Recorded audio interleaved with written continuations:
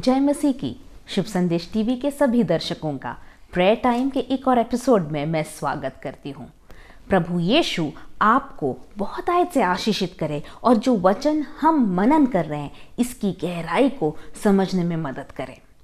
पिछले एपिसोड में हमने शुरू किया था एक नया विषय जो कि है परमेश्वर सक्षम है या परमेश्वर योग्य है। हमने देखा था कि परमेश्वर के वचन में उसकी योग्यता या सक्षमता के विषय में क्या वर्णन किया गया है, और मैंने बताया था इसको मैंने 3 भागों में बांटा है। सबसे पहले हमने देखा कि परमेश्वर की योग्यता या सक्षमता का विवरण।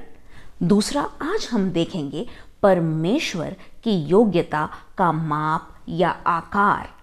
और तीसरा, हम आखिरकार देखेंगे परमेश्वर की योग्यता का क्या प्रदर्शन है या हम कैसे उसे देखते हैं।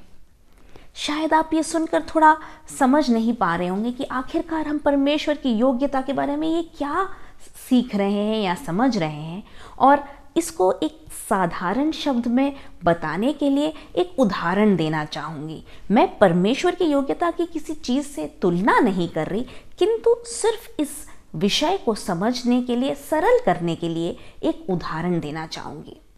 जब हम कुछ सामान खरीदना चाहते हैं, या हो सकता है कि आपके मन में हो कि आपको एक नया फ़ोन खरीदना है, तो आप सबसे पहले कहीं से आपको खबर मिलती है कि एक नया फ़ोन आया है। हो सकता है जैसे आईफोन का लेटेस्ट 12 प्रो आया है या कोई भी एक नया फ़ोन आया है, तो हो सकता है आपके मित्र या कोई उसके विषय में आपको बताएं, या कई बार हम अखबार में उसके इश्तिहार को या एडवर्टाइजमेंट को देखते हैं और उसमें उसके बारे में बताया जाता है कि नया है, लेटेस्ट फ़ोन है, कैमरा इतना अच्छा है, इसमें स्टोरेज इतना है, और उसके और भी जो फीचर्स होते हैं वो उसमें बताए जाते हैं, कितने दाम में मिल रहा है, ये सब उसका एक विवरण उसमें होता है। जब आप उस एडवर्टाइजमेंट को देखकर आपको वो विवरण, अगर जो आप पढ़ते हैं, जो उसके फीचर्स हैं, अगर वो आपको अच्छा लगे, यदि ये आपके बजट में हो और यही जो आप चाहते हैं, तो अगला कदम आप क्या करते हैं? आप दुकान में जाते हैं और उसे देखते हैं।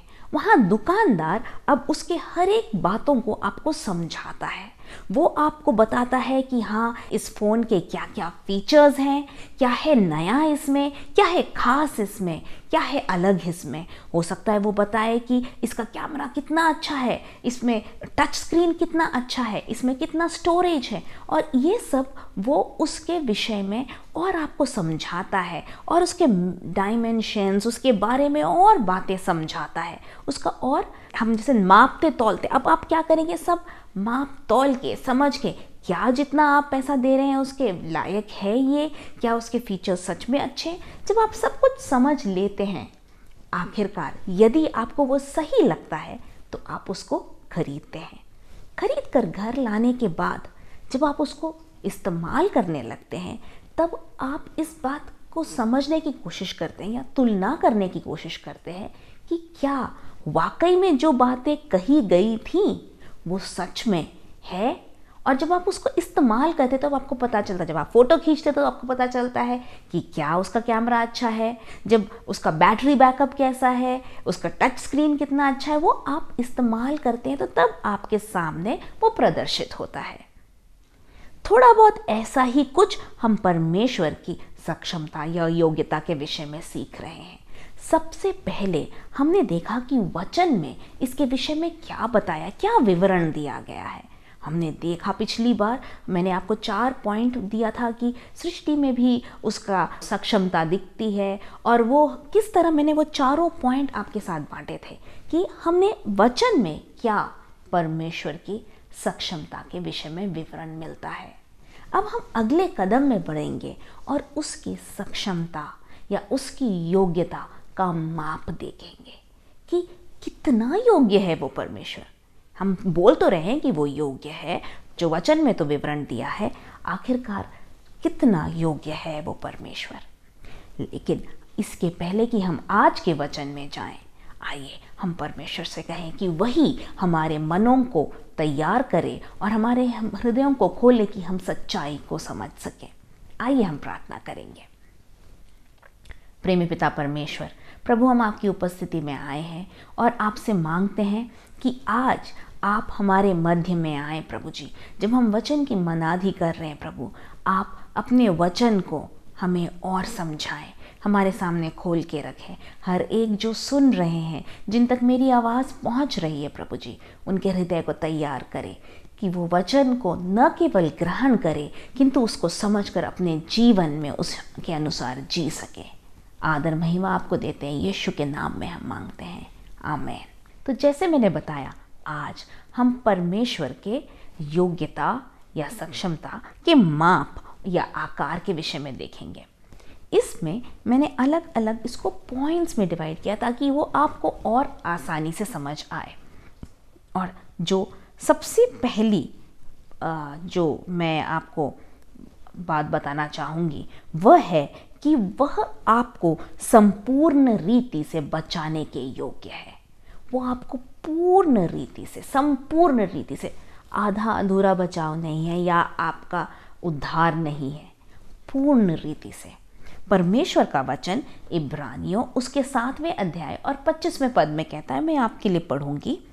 इसीलिए जो उसके द्वारा परमेश्वर के पास आते हैं वह उनका पूरा पूरा उद्धार कर सकता है, क्योंकि वह उनके लिए विनती करने को सर्वदा जीवित है। हम जानते हैं कि प्रभु यीशु इस संसार में जब आए तो उन्होंने हमारे पाप के प्रायश्चित के लिए अपने प्राण को क्रूस पर कुर्बान किया। और यीशु के मारे जाने से जब वो मारा गया, गाड़ा गया, तीसरे दिन जी उठा, और उस पर विश्वास करने से हम उस पापों की क्षमा को अपने जीवन में पाते हैं, शारीरिक चंगाई को पाते हैं। और वह वचन कहता है कि उनका पूरा पूरा उद्धार कर सकता है। यीशु के द्वारा हमारा पूरा पूरा उद्धार हुआ है। हमारे पाप कितने भी गाढ़े क्यों ना हो, आप जैसे कहते हैं कि अर्गवानी रंग के भी क्यों ना हो, वह उसे शुद्ध हिम के समान शुद्ध कर सकता है।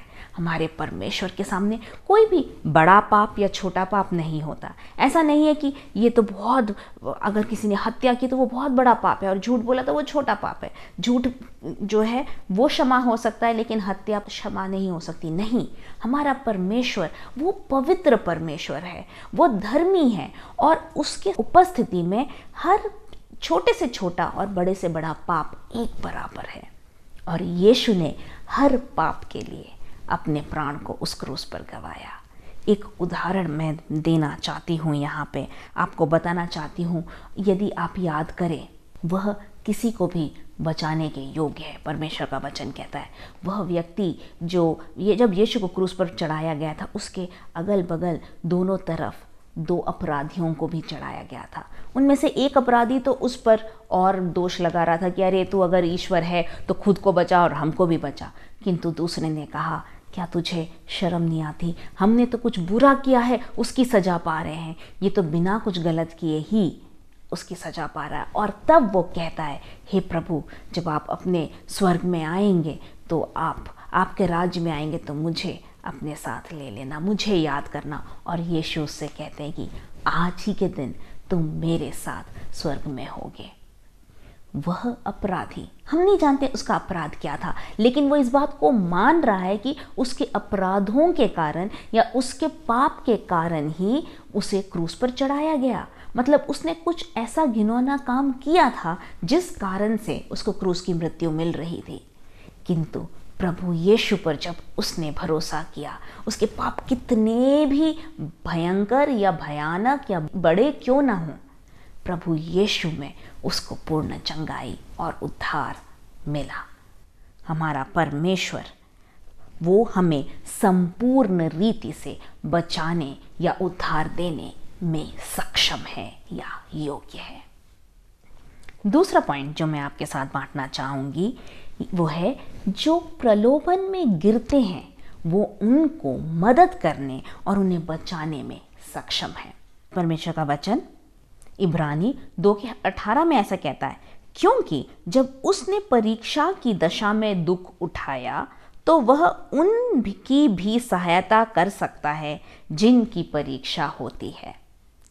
प्रभु यीशु यूं ही नहीं कहते कि मैं तुम्हें मदद करूंगा। यीशु स्वयं उस रास्ते से होके गुजरे हैं जहाँ से आप और मैं जा रहे हैं।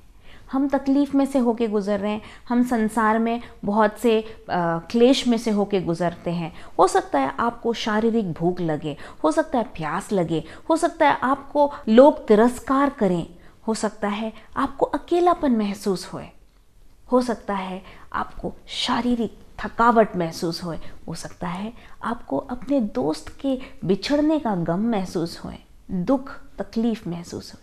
मैं बताना चाहती हूँ ये सब यीशु ने स्वयं सहा। उसने शारीरिक भूख और प्यास सही, उसने वो लोगों के द्वारा तिरस्कृत हुआ, उसे अपने मित्र लाजर के मृत्यु पर दुख हुआ और दूसरों के दर्द को उसने अपना दर्द सहा के रूप में सहा और वो रोया। यीशु अकेलेपन को भी सहा। जब वो क्रूस पर था, वो सबसे बड़ा अकेलापन था। न केवल लोगों ने उसे त्यागा, किंतु उस समय उसके पिता परमेश्वर ने भी उस पर से मुख को मोड़ लिया था। ऐसा अकेलापन आज तक संसार में किसी और ने नहीं देखा।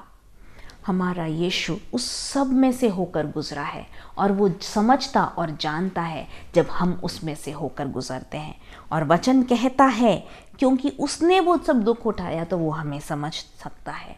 और साथ ही साथ उसकी एक वाचा भी है, 1 कुरिन्थियों 10:13 ऐसा कहता है, तुम किसी ऐसी परीक्षा में नहीं पड़ते जो मनुष्य के सहने से बाहर है, और परमेश्वर सच्चा है, वह तुम्हें सामर्थ्य से बाहर परीक्षा में न पड़ने देगा, वरन परीक्षा के साथ निकास भी करेगा कि तुम सह सको। हमारा परमेश्वर जानता है हम कितना सह सकते, इसलिए हमारे सहने के परे वो परीक्षा नहीं देता। और अगर परीक्षाएं आती भी है तो वो हमें एक रास्ता, एक मार्ग देता है, या हमें सहने की शक्ति, अपने सामर्थ्य को हमारे अंदर उंडेलता है।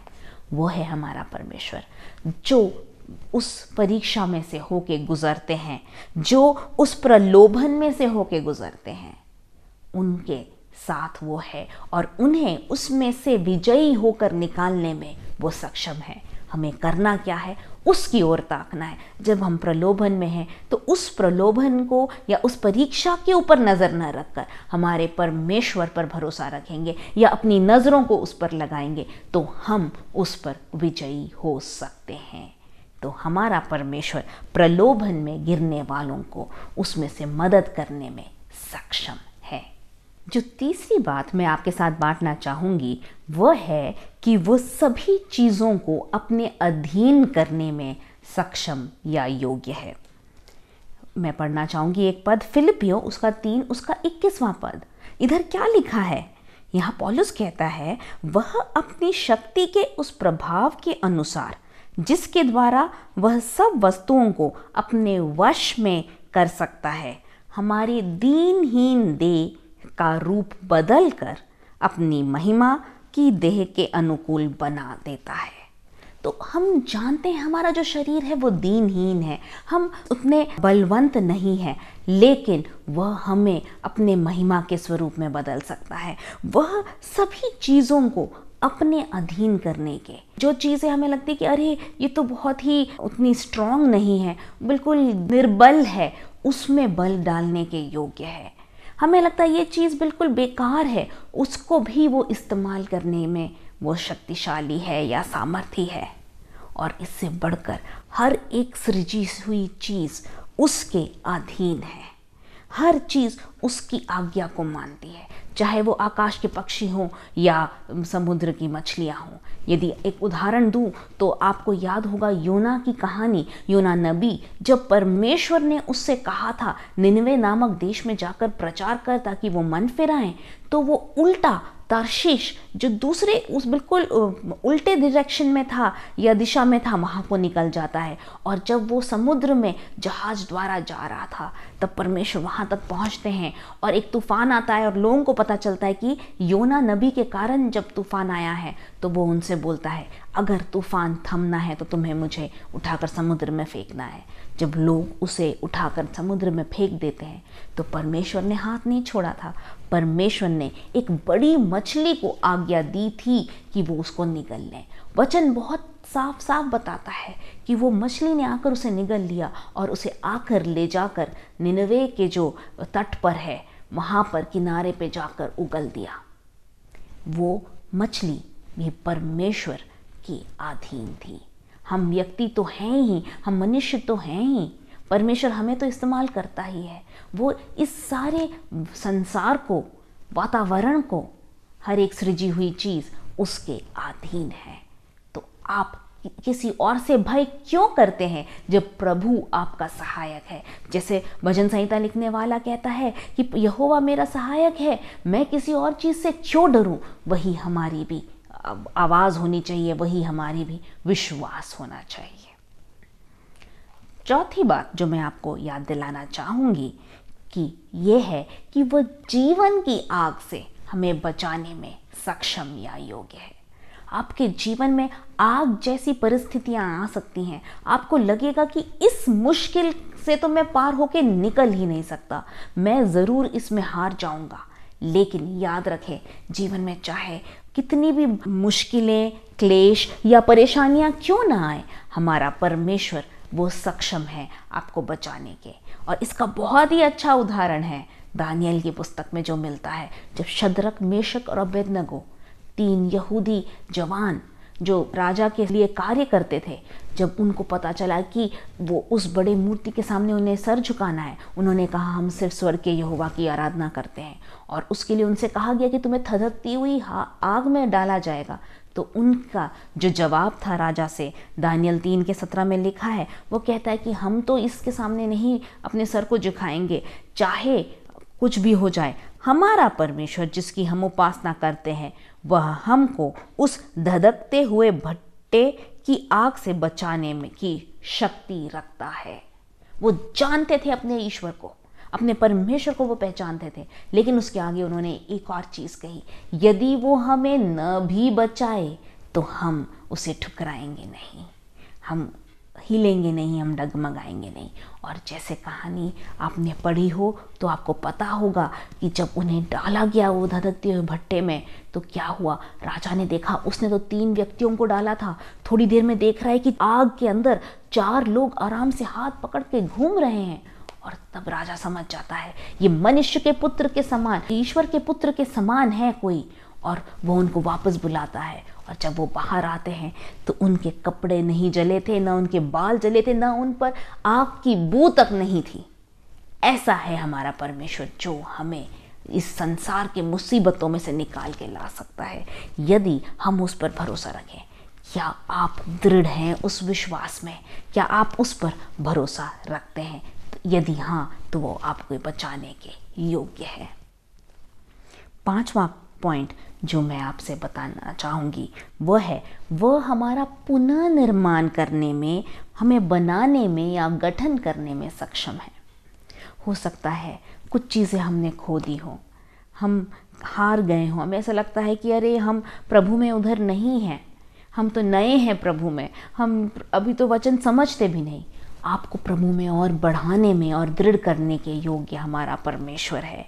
प्रेरितों के काम 20:32 में लिखा है, और अब मैं तुम्हें परमेश्वर को और उसके अनुग्रह के वचन को सौंप देता हूँ, जो तुम्हारी उन्नति कर सकता है और सब पवित्रों में साझी कर कर मीरास दे सकता है। तो प्रभु में बढ़ने में मदद हमें पवित्र आत्मा ही कर सकते हैं, परमेश्वर कर सकते हैं। और पवित्र आत्मा के द्वारा उसके लिए हमें क्या करना है? पवित्र आत्मा के चलाए चलना है, हमें पवित्र आत्मा में प्रार्थना करना है, वचन को पढ़ना है और निरंतर उस संगति में परमेश्वर के साथ बने रहना है, उसमें दृढ़ होना है और बढ़ना है। और जब हम ऐसा करेंगे तो हम आत्मिक रीति से बढ़ेंगे, हमारा पुनर्निर्माण होगा। यहूदा 1:20 में लिखा है, पर हे प्रियो, तुम अपने अति पवित्र विश्वास में अपनी उन्नति करते हुए और पवित्र आत्मा में प्रार्थना करते हुए बढ़ो। हमें क्या करना है? उस विश्वास में बढ़ना है, जस्ट जमे नहीं रहना है। उद्धार पा लिया या बपतिस्मा ले लिया, बस बहुत हो गया, हमारा आत्मिक जीवन पूरा हुआ, अब हमें किसी तरह ऐसे ही जीते हुए जाना है। नहीं, हमें उसमें बढ़ना है और वो पवित्र आत्मा की सामर्थ से ही हो सकता है। 6वीं बात जो मैं आपके साथ बांटना चाहूँगी है कि वो ये है कि वो हमारी अपेक्षाओं और कल्पनाओं से कई अधिक बढ़कर करने में सक्षम है या योग्य है। आपकी जो कल्पनाएं वो सीमित है, किंतु परमेश्वर जो कार्य कर सकते हैं वो असीमित है। जैसे मैंने पिछली बार बताया था, उसके लिए कुछ भी असंभव नहीं। हम अपने बुद्धि से उसके कार्यों को सीमित न करें। वो असीमित कार्य करने वाला परमेश्वर है, हमारे सोचने समझने से परे है जो हमारा परमेश्वर कर सकता है। ज़रूरी यह है कि हम उस पर विश्वास करें। और आखिरी बात जो मैं आपके साथ बांटना चाहूँगी है कि वह हमें चंगाई और छुटकारा देने में योग्य या सक्षम है। क्या आपके जीवन में कोई ऐसी बीमारी है जो आपको लगता है कि वो हमारे लिए हम नहीं सह पाएंगे? तो घबराएं नहीं, वो ऐसा परमेश्वर है जो हमें चंगाई देने के योग्य है। मत्ती 9:28 में लिखा है, जब वह घर में पहुंचा तो वे अंधे उसके पास आए और यीशु ने उनसे कहा, क्या तुम्हें विश्वास है कि मैं ये कर सकता हूँ? उन्होंने उससे कहा, हाँ प्रभु। प्रभु पर उन्होंने विश्वास किया और उन्हें चंगाई पाई। जब यीशु इस संसार में थे उसने बहुत आश्चर्य कर्म किए, बहुत से लोग चंगाई को पाए। लेकिन यीशु के जाने के बाद वो वहाँ ख़त्म नहीं हुई। जब पवित्र आत्मा अपने उनके चेलों पर आई, उसके बाद उनके चेलों ने वो सामर्थ्य पाई, क्योंकि वो पवित्र आत्मा है, वो परमेश्वर है जो कार्य करते हैं। और उसके बाद हम पढ़ते हैं कि पतरस, यूहन्ना और पौलुस और प्रभु के सारे चेलों और प्रेरितों के द्वारा अद्भुत कार्य हुए, यहाँ तक कि मुर्दे जिलाए गए। पतरस ने भी मुर्दा दौरकस को जिलाया, वैसे ही पौलुस ने भी उस जवान लड़के को जो खिड़की से गिरकर मर गया था उसको जिंदा किया। ये उनकी सामर्थ्य नहीं, वो परमेश्वर की सामर्थ्य है। हमारा परमेश्वर हमें चंगाई देने या छुटकारा देने के योग्य है। क्या हम उस पर भरोसा रखने को तैयार हैं? क्या हम उस पर अपने पूरी तरह अपने भरोसे को डालते हैं? यदि हम उस पर भरोसे को डालते तो वो परमेश्वर है जो हमें गिरने से बचाता है, जो हमारे हाथ को थामे रहता है। उसने आपके सर के हर एक बालों को गिना हुआ है, आपकी हर एक परेशानियों को वो जानता है। क्या आप उस पर भरोसा डालेंगे? एक बार जल्दी से मैं वो सारी बातें आपको फिर से याद दिलाना चाहूँगी।